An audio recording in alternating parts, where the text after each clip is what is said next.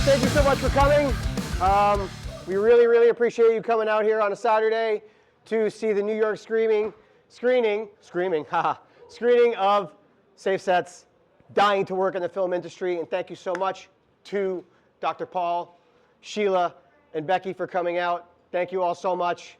We're going to have a bit of a Q&A afterwards. Not so much of a Q&A, more of a roundtable and discussion. If any of you guys have anything you'd like to say, please feel free.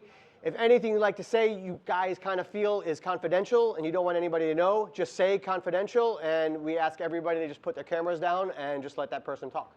Yep. That's about it. I'm Steve.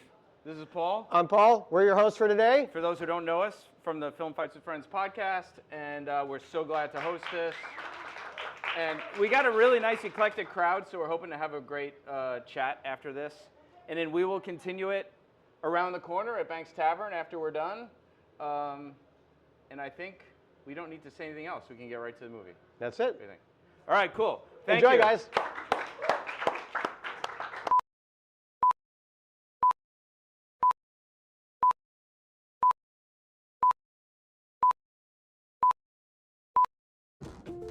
Making movies sounds glamorous. But for the people working on set, the hazards are huge. An accident at the Bonanza Creek Ranch.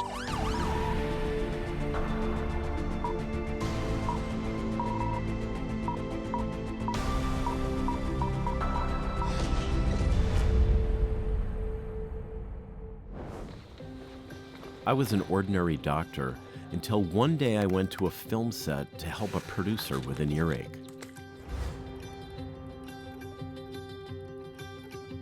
Are film sets safe? Safe is so relative.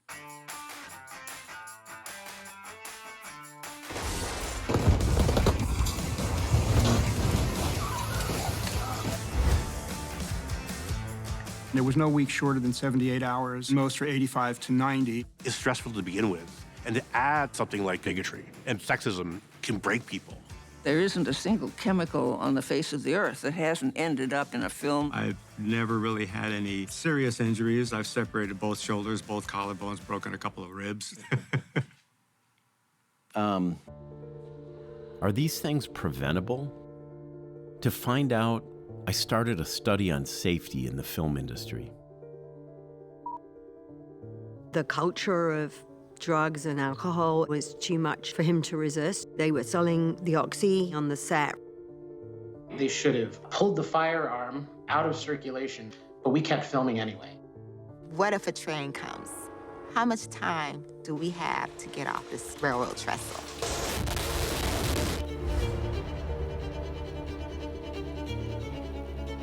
Why are the unions still letting their members work 16-hour days? Why does our government ban lead in paint, but not in special effects? Why do studios turn a blind eye to people who abuse their power? The first industry-wide strike in 63 years. We demand respect. What we're seeing is something happening at the grassroots level. It's not a fight that I chose, it's a fight that chose me. It's going to take a lot. The movie business, it's not driven by compassion, it's driven by money. It's killing us. It's unsafe.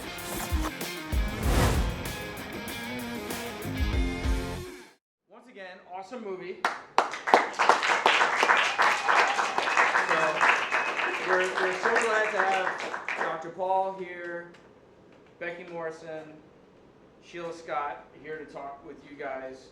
And my understanding, and also seeing from past screenings, is that this has become a bit more of a rap session than a traditional Q&A. We want to kind of keep that going and keep the dialogue going, which is why we wanted to have the screening. So I think rather than just jumping in with questions, we would start with just reactions, anything that anybody wanted to say after seeing the movie, feelings, thoughts, questions too, but maybe we'd turn the camera to you. And if there's anything you want to say that and you don't want it recorded, just give us the little and we'll turn off the camera. Sound good?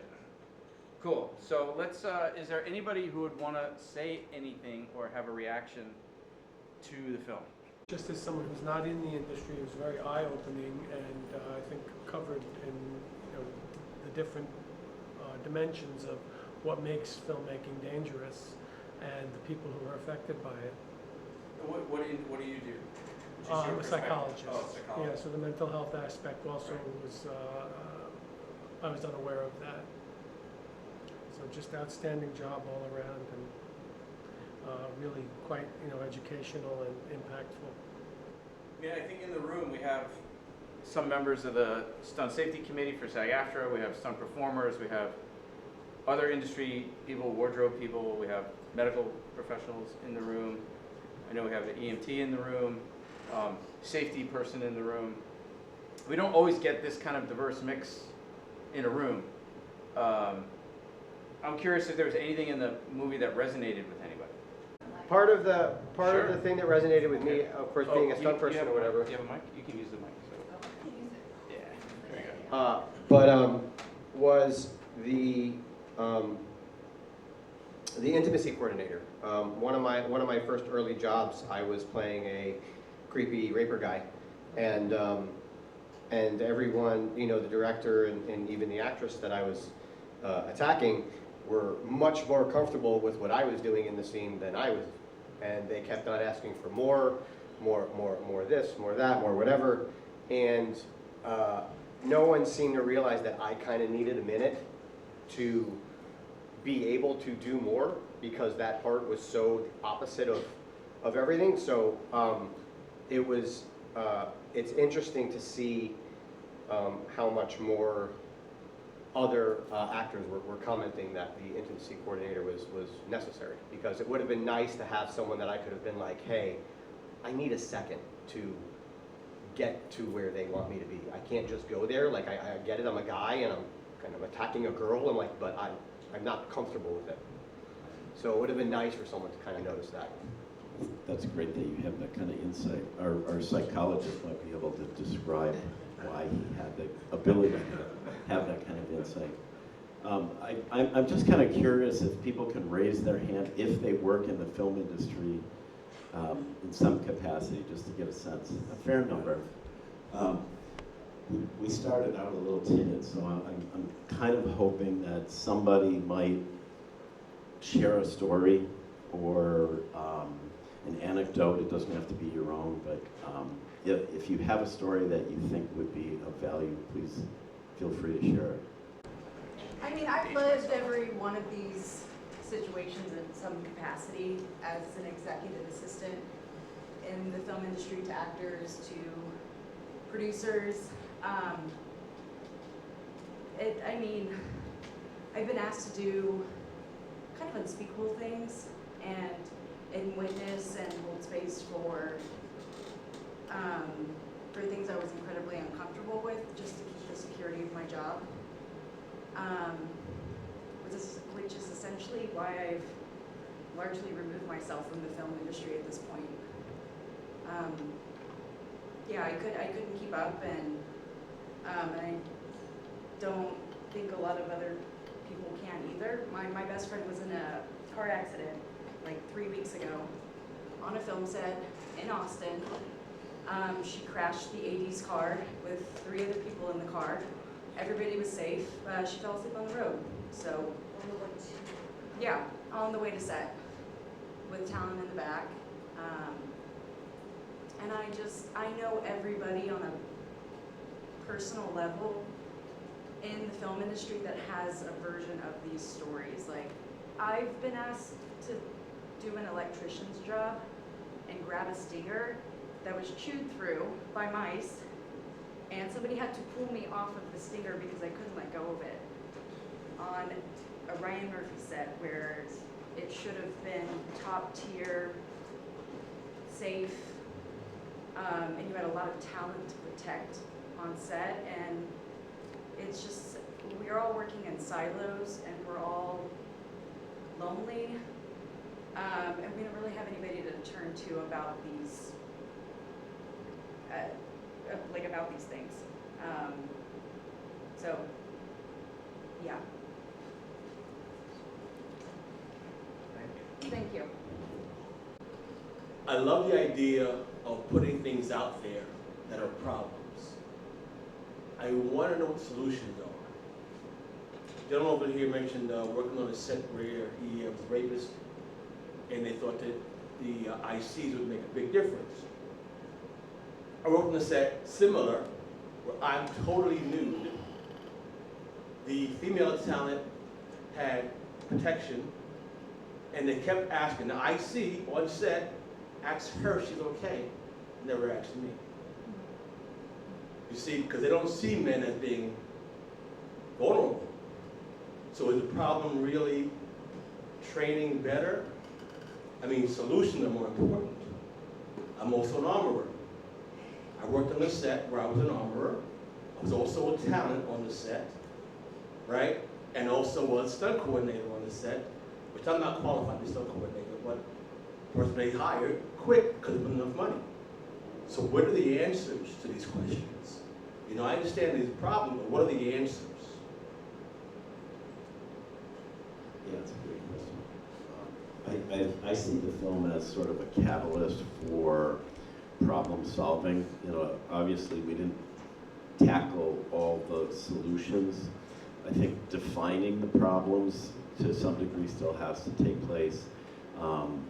I've been fortunate to meet a number of people and connect with organizations that are already, you know, sort of at the grassroots level, working on how to improve the industry.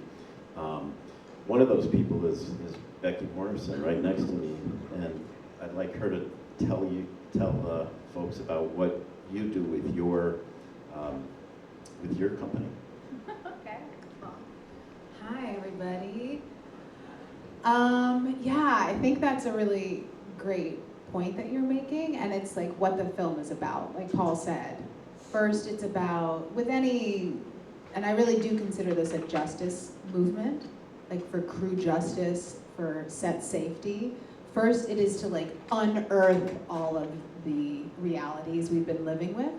And I think that's what we're looking to do with also asking for stories and hearing from people. First, there needs to be this unearthing that takes place to actually understand what the landscape is. Because so many of us for so many years have hid these things, have stuffed them down, have had secrets, have normalized it. You know, I am a producer now, but I started as a production assistant. And I was just saying to Sheila out there, like I was asked to get drugs for the director on a commercial as a PA. And I was like frantically looking for drugs to get for this person. That was normalized as part of my role, just like getting petty cash or going on a run. And so I think the first step is actually, like with Me Too, unearthing this and saying, wait a minute, this is not normal, this is not okay. And then looking at what we can do. And so one of the things that Paul is mentioning is I own a production company. And that's one of the questions we ask all the time, like, what can we do? What can we do to bring humanity to set? What can we do so that people don't feel replaceable? What can we do to shift the culture? And that's, you know, happening on the individual level at my company. And then Paul and I are actually working with organizations within Hollywood in a systemic level to say, what can we do?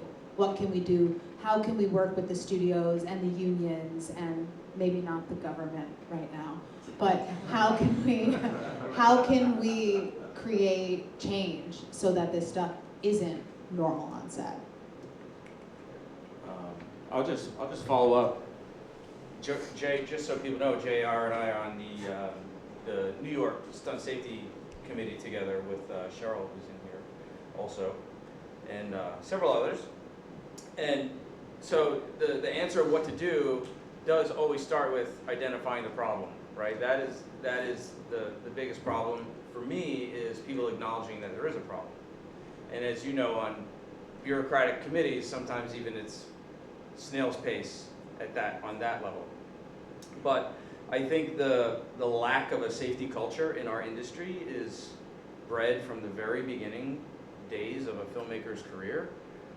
So for me personally, one solution has been, of course, to train myself to get to do all the things that we don't get to do with support of our unions, which is, say, do the OSHA trainings, or for those who know, I'm enrolled right now in the University of California, San Diego, an entertainment event safety program there.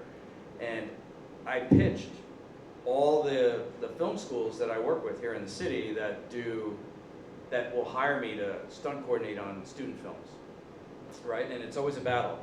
Like, are you having a set medic? No, why not? And then you have to teach them.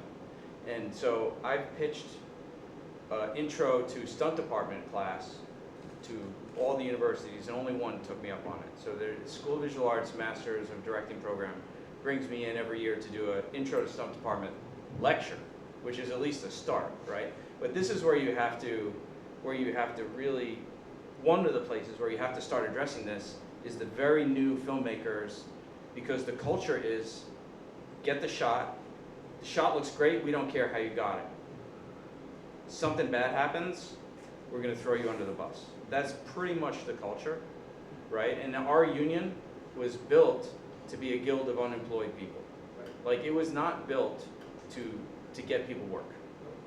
It was, from the earliest days of the founding of SAG, that was the ethos. That's why they called it a guild and not a union, right? So it was never about getting people work or training or anything like that. It's evolved a bit since the early days, but it's still largely a union of unemployed people. And everything they talk about in the movie with the fear of not getting hired again, the fear of speaking up, is 100% accurate. I mean, that story about the concussion and secondary concussions and tertiary concussions, there's a performer here in New York, I won't mention his name or the production, but it's on a TV production, who is now, his career has ended for that very same reason this year. Multiple concussions on a wire jump. His career's done. And he's young. He's young.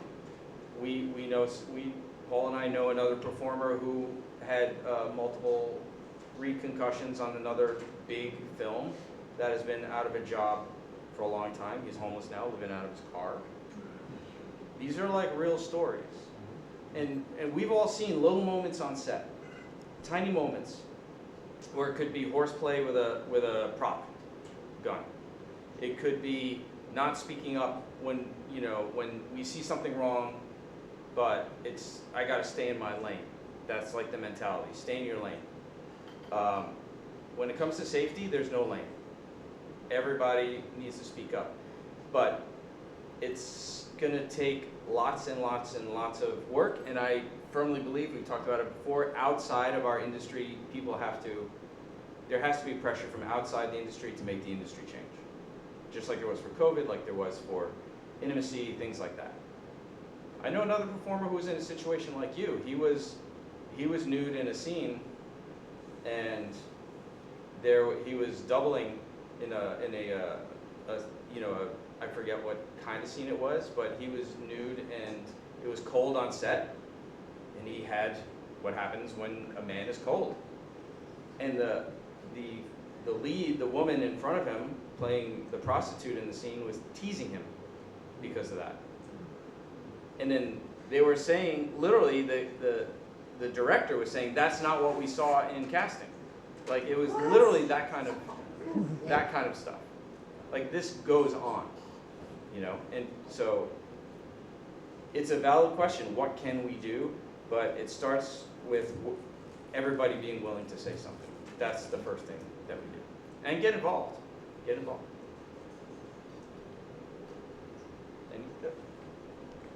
Well, first of all, I thought that the film was amazing. I wasn't sure what to expect, and I love the way that you put it together, and I love that you followed your journey into trying to get fundings to do the research. But I think that without the research, we still know what the problem is. It's power on set. You showed the statistics of who is in power, on who we're all afraid of. If more women are running these films, you're going to automatically have more intimacy coordinators and people who care. More people of color who've been there and done that, we will have more people. So we can't quit. Start your own company. Do something. Get on her team. But we don't need to lose people. We need to gain the right people. And I think that this should be seen from more people. I watch films. I don't go to every film, but I didn't know that some of the films I love, I didn't even know these things happen on those sets, and I didn't know how bad they affect everyone. The actresses, they don't want this to happen to the person that was supposed to be playing them, and maybe they thought I should say something, but I didn't, and then it happened, and then they have to sleep with that at night and have that in their careers. So I think that it's uber important We just had our Art of Movie Making Film Festival. We are celebrating behind the scenes people, and we appreciate Paul and Steve for helping us with that. But in Atlanta, we had an intimacy coordinator come and speak on a film that they did that was very hot and heavy film. And she did talk about that. She said she can't find any other intimacy coordinators to hobnob with and to learn from. And she was talking about how it's not just about the female on set. And she said, you know, there was a scene that was shot and they said cut, and that both actors and actress were still nude, and everyone was walking away like, okay, let's get lunch. And they're like, no, these people need time to get their life back together. So kudos to everybody in here for caring and working on this, but I'm game to see what else we can do too. Who is not in the room ever when we do this, and we've done this a few times now. There is never an above the line person present. In fact, the other day there was one, but she was a friend of mine, but she didn't come because of me. She came by accident. She had no idea what she was walking into. It's like it's a plausible deniability that if you see this and if you accept that there are problems, they won't be able to not do it. I mean, I think the thing about the lead squibs is huge. Like, I know she'll be like, we're going to use, but she, again, like Randall Miller's defense is, that's not my job. So you ask that question, whose job is it? This is a diluted responsibility, and everybody feels powerless. I've got very high up friends I live in Los Angeles, and very high up friends in the industry, and all of them act like they're powerless. They have Oscars and they've got big budgets, but none of them feel like they have the power to put naloxone on set, for instance, which they say there's no drugs in the film set. I'm like, fucking read Luke's phone. The PAs are running the drugs, they're expected to, and they're also dealing with all the overdoses. So, because no one can die on set, so they're dragging people off and sorting it all out. And I can't, as I said, still can't get that done because everyone's pretending this is not a problem. And then Nora wins an Oscar without an intimacy coordinator. Like, they shouldn't be even allowed to be submitted. And then, of course, I don't know if any of you have been in Los Angeles recently. It's the new Detroit. There is no work. We stood up for our rights, and now no one's got any jobs. With fires and strikes, and IATSEs weren't allowed to strike because we just come out of the writers and the SAG, and all the work's gone somewhere else. There isn't even a car hire place in Los Angeles for film cars. There's only one Panavision crane currently in Los Angeles, I'm told. So, anyway, this is the beginning. We're identifying it. Stick together. Let's get this fucking done. It's our work, not someone else's.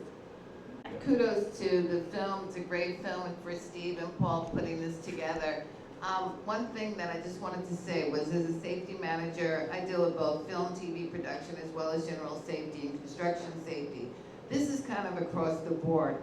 In film and TV, it kind of gets my goat, though, because this is make-believe.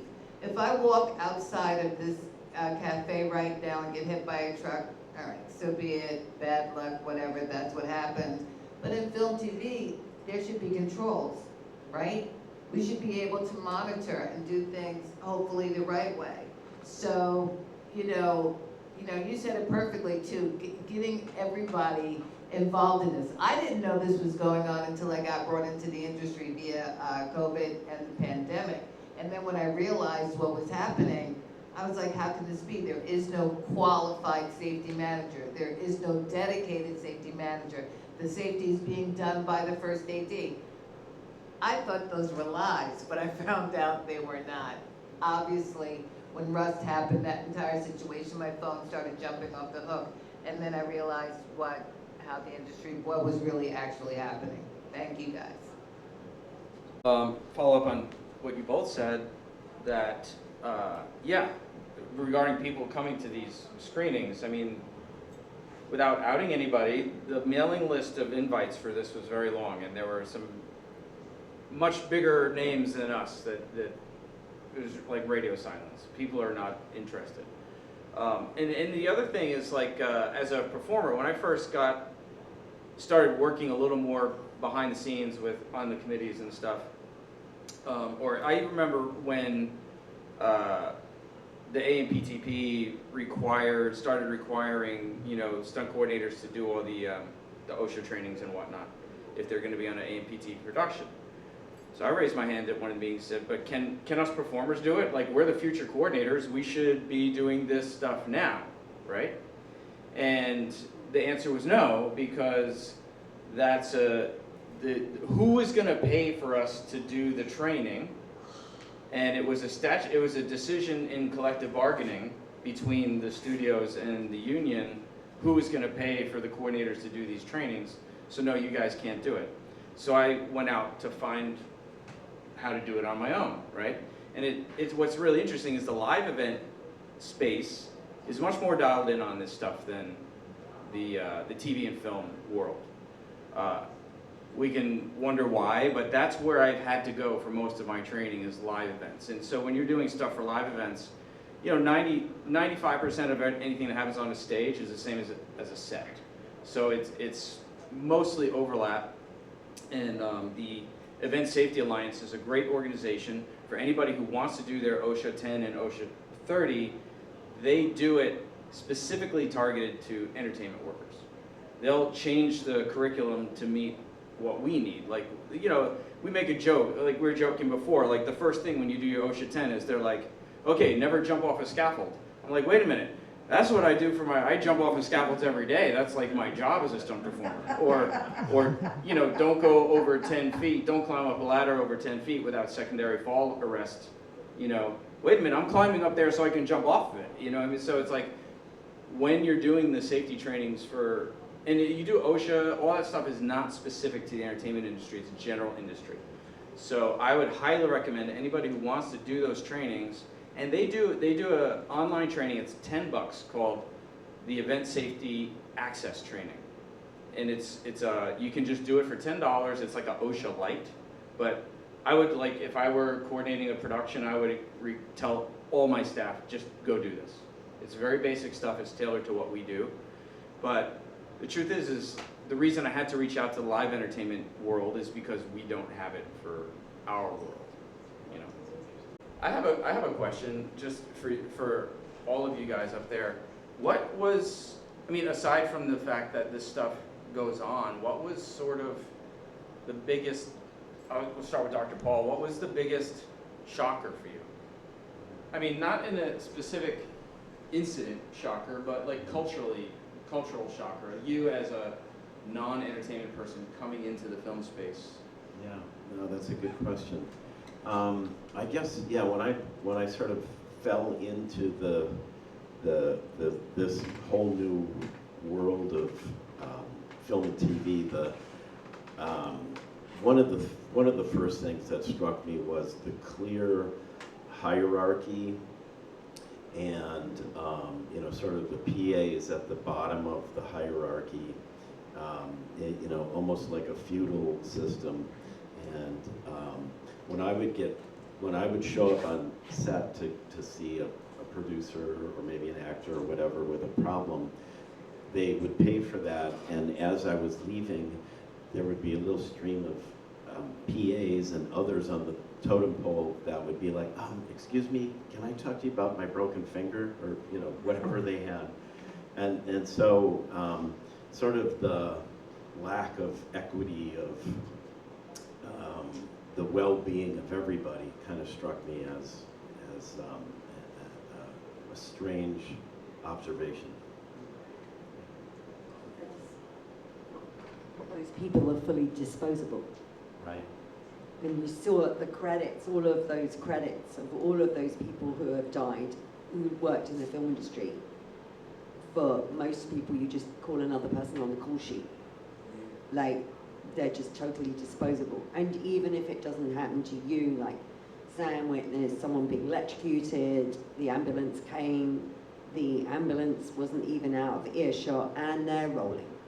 And that means you all know you're completely replaceable and disposable as human beings.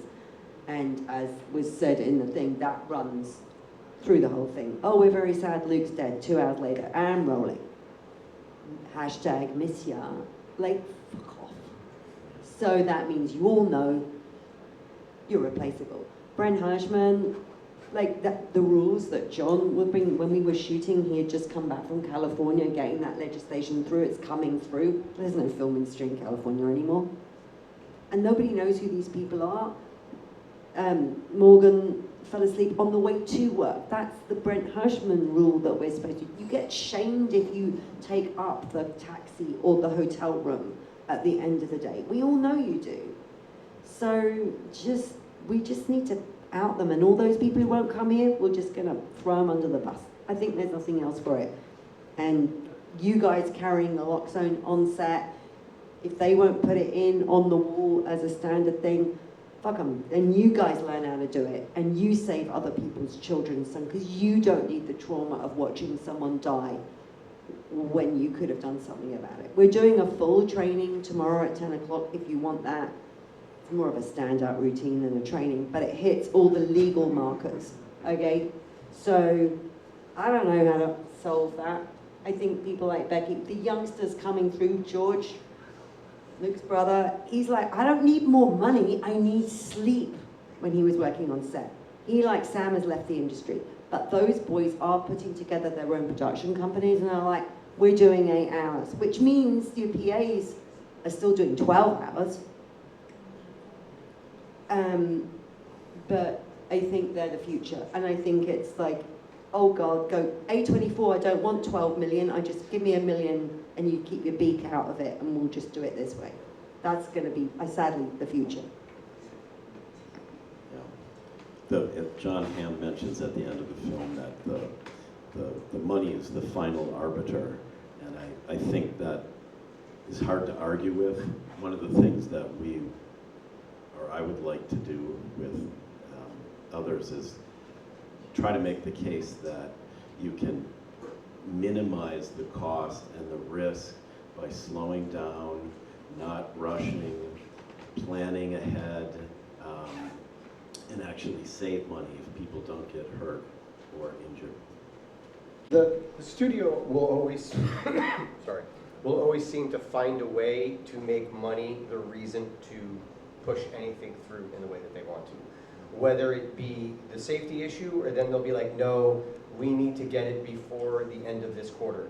We need to get it out before this because we're gonna lose money on this year, or we need to get it out for awards for this. There's always gonna be a reason on why they need to push, always.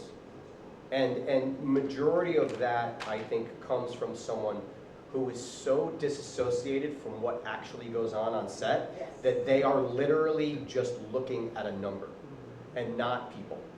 And I think that that's where the biggest problem lies, is that some of these decisions come from so far uphill that they don't know what's actually going on the hill. They're just overlooking everything. Are there any positives that you guys have seen, like recently? Like you even just said, if necessary, we can take a few of the packets of naloxone, I can't hardly say it, learn how to use it, and you can have that with yourself. You even brought up the fact that you can get a $10 course for OSHA 10, OSHA 30. Is there anything else that you know that we the people, I mean, I'm a safety manager, but that we can do to help, bring up safety? I think that one of the things that we're seeing now is requests from film schools to license our film, to start those conversations early with people who are just starting their careers. And to me, that's an encouraging trend. I would add, like, in terms of, we as a community could be collecting success stories as much as we're collecting failure stories. As simple as they may be. Like, I spoke to an actor about horseplaying with his firearm, and he said, he actually thanked me. Like, I was on a job where a co-star was playing with his firearm, and I approached him to, hey, holster that. I gave him a little, quick little firearm lesson, safety lesson. And he was actually very thankful, because he's like, before today, I've never held a gun in my life. And here I show up on set, and it was educational in that moment, right? Even though when I went back to the stunt crew, they're like, yo, don't talk to the actors like that. Leave them alone. I'm like, hey, somebody's playing around with a gun, I'm gonna say something. Right. But the actor was very pleased that that experience had happened. So I think actually collecting success stories is probably a good thing to do besides the sad ones. Because I like watching this movie, I was thinking of how many foundations are there created by mourning families. Like, you know, obviously Sarah Jones's, yours, there's the John Berniker Foundation, which is not mentioned in there. He died doing a high fall on The Walking Dead. His mom set up a foundation. There's all these wonderful people doing things, but we need to share those wonderful stories too. We hear about the stories that end in tragedy, and so how many things are happening on set every day that we don't hear about? And, you know, also, I'd like to think, you know, what happened on the set of Rust with Helena Hutchins, really the reason we all know about it is because of Alec Baldwin. And if you think about what if Alec Baldwin had shot Cate Blanchett, we would be having a totally different conversation as an industry. And I think what's exciting to me, and I turn to Paul at the end, and I'm like, this is my favorite part, which is the end, which is talking about that there is a grassroots movement happening.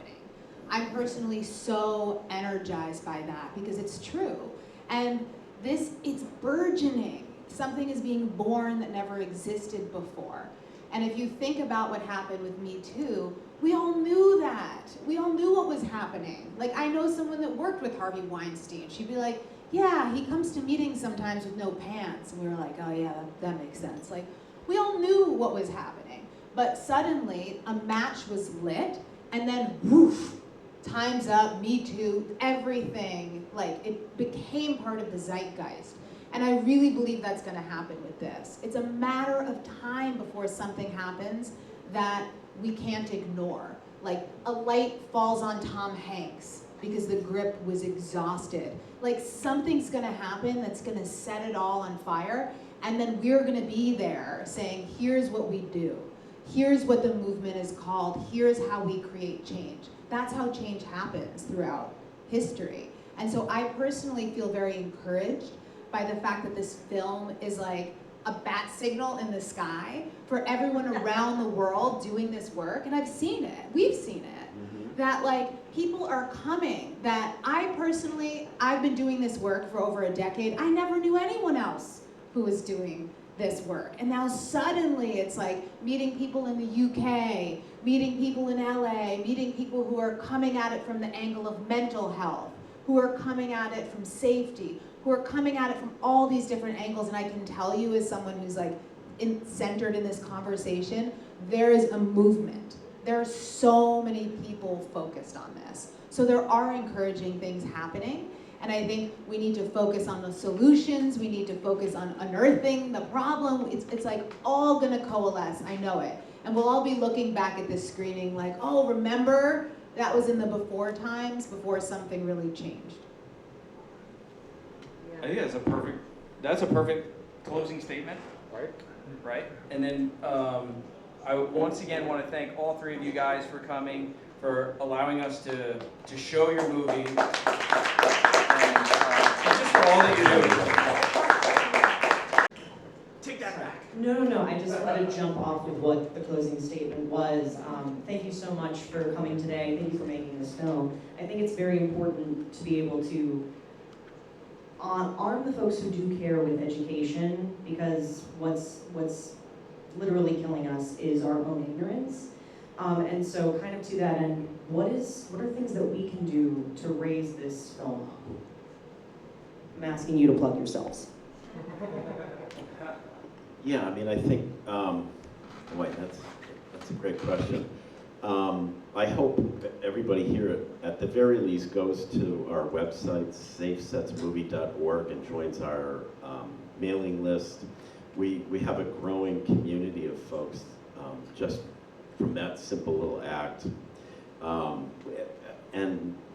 I always see our film as a catalyst for other people and individuals to affect change in the industry in the way that they know best. And you know, as a medical doctor, I've learned a lot, but I still am not really part of the industry. So it sort of takes a group effort of people with different perspectives and talents to kind of move things forward. But, yeah. Yes. I will also say we're really looking to create buzz because the film doesn't yet have distribution. So the more buzz that we can get going about the film, the more that increases our chances of getting distribution. So post about it on social media, tag us, tell your friends. And then also, as was mentioned a couple of times, we have an educational license that's available. So if you do know anyone who works in the university system, have them reach out to us to license the film, to show it in an educational context. I'd say those are the biggest ways. Like, tell your friends, post on social media, tell us your stories, and then educational distribution. What was the Rotten Tomatoes thing? Oh yeah, and if anybody here knows any Rotten Tomatoes reviewers, please let us know, because thank you for the reminder, Sheila. Basically, we need the film to be reviewed by, I think it's 4 or 5 official Rotten Tomatoes reviewers, and then you can all start adding your reviews. So we just need to get those few reviews from them, and then you can all go on, and that also helps us create a movement and a buzz around the film. And go on to the IMDb and review it, because that actually helps bring it up in the yeah, algorithms for sure. Oh, great. Thank you. Okay, last reminder, anybody who wants to come to Sheila's training tomorrow, definitely talk to me before you leave. 10 a.m., it's in Midtown Manhattan. I know, but it'll be the last thing. This has been a long week, but it's going to end on such a great note with your training. I think that's it. So why don't we, oh, one last thing. If anybody would like to do a quick reaction video, we'll set you up over here, and then Steven will just record. You can give like a 15 or 20 minute little, oh my God, this made me, yeah. 20 seconds, sorry, 20 seconds. See how motivated I am? But anyway, so if you would like to do a quick reaction video for us, that would be fantastic. And then Steven's going to get all this stuff to me up on a Google Drive within the next day or two, and I'll share it with you guys too. And then, so maybe with the chairs and that in the background for the reaction video would be great. So if you're down for that, come over here. Otherwise, let's leave this theater as clean as we found it, please. And we'll head around the corner, go out, make a left, and another left in Banks Tavern. We're going to hang out there and continue talking. Awesome.